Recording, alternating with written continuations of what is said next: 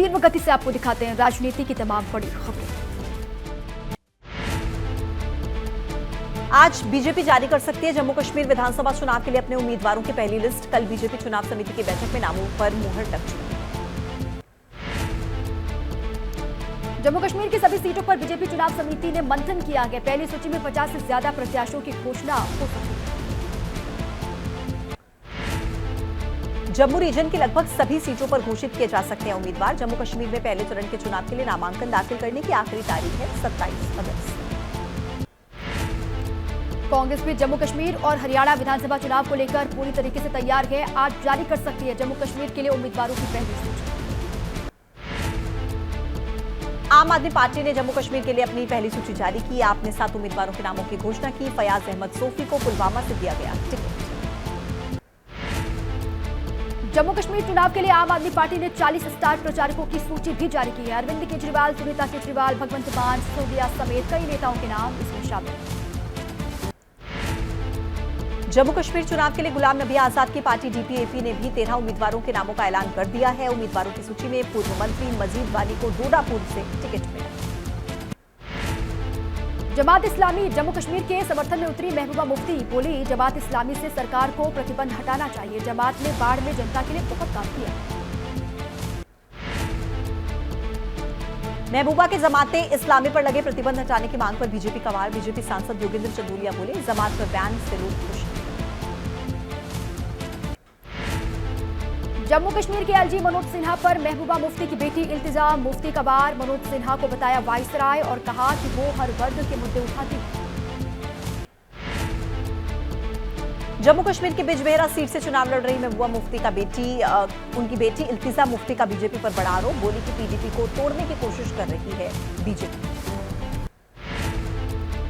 हरियाणा के लिए कांग्रेस की बैठक आज। अजय माकन, प्रदेश प्रभारी दीपक बावरिया, भूपेंद्र हुड्डा होंगे शामिल। कुमारी शैलजा और रणदीप सुरजेवाला भी मीटिंग में शामिल हो सकते हैं। हरियाणा कांग्रेस में जारी तनातनी पर बीजेपी का तंज। अमित मालवीय ने लिखा, बाबू बेटे की मुख्यमंत्री की कुर्सी पर नजर। शैलजा कुमारी ने भी अपना दावा ठोका। हरियाणा के पूर्व उप मुख्यमंत्री और जेजेपी नेता दुष्यंत चौटाला का बयान। बोले, वो अब बीजेपी के साथ नहीं जाएंगे। प्राथमिकता मिली तो इंडिया अलायंस के साथ जाने पर विचार कर सकते हैं। आईएनएलडी नेता अभय सिंह चौटाला ने चुनाव आयोग को चिट्ठी लिखी। हरियाणा में मतदान की तारीख बढ़ाने की मांग की। दरअसल ऐलनाबाद सीट से चुनाव लड़ रहे हैं अभय चौटाला। महाराष्ट्र में सीट शेयरिंग को लेकर महाविकास अघाड़ी की आज मुंबई में बैठक। शरद पवार गुट से जयंत पाटिल, अनिल देशमुख, उद्धव गुट से संजय राउत, कांग्रेस से नाना पटोले होंगे शामिल।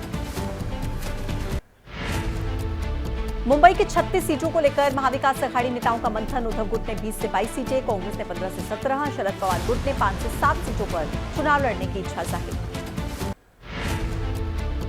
महाराष्ट्र के पूर्व मुख्यमंत्री और बीजेपी नेता अशोक चव्हाण ने एबीपी न्यूज से खास बातचीत की। बोले, शिंदे के नेतृत्व में लड़ेंगे विधानसभा चुनाव। जीत के बाद फैसला होगा कौन बनेगा मुख्यमंत्री।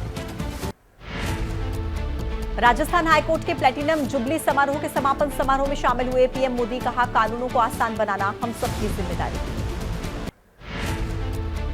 आज भारत सिंगापुर के बीच मंत्रियों की बैठक। वित्त मंत्री निर्मला सीतारमण, विदेश मंत्री जयशंकर और पीयूष गोयल समेत 4 मंत्री लेंगे हिस्सा।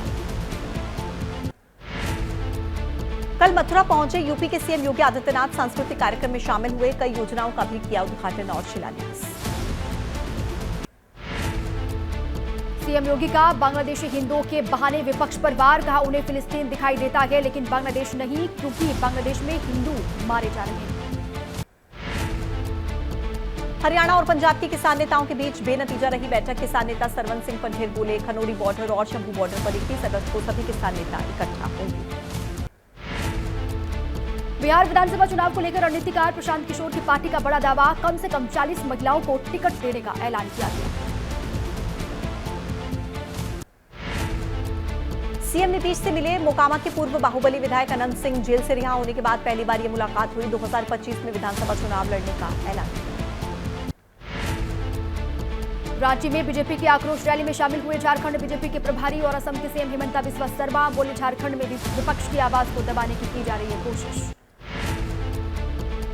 झारखंड पहुंचे चिराग पासवान का बड़ा बयान। कहा, 2014 में बीजेपी गठबंधन के साथ उनकी पार्टी झारखंड में चुनाव लड़ी थी। इस बार राज्य की इकाई पर छोड़ा गठबंधन का जिम्मा। जाति जनगणना का केंद्रीय मंत्री चिराग पासवान ने समर्थन किया। केंद्र सरकार से जाति जनगणना करवाने की मांग की। अयोध्या की मिल्कीपुर विधानसभा सीट पर उपचुनाव और समाजवादी पार्टी ने सांसद अवधेश प्रसाद के बेटे अजीत प्रसाद को बनाया है उम्मीदवार।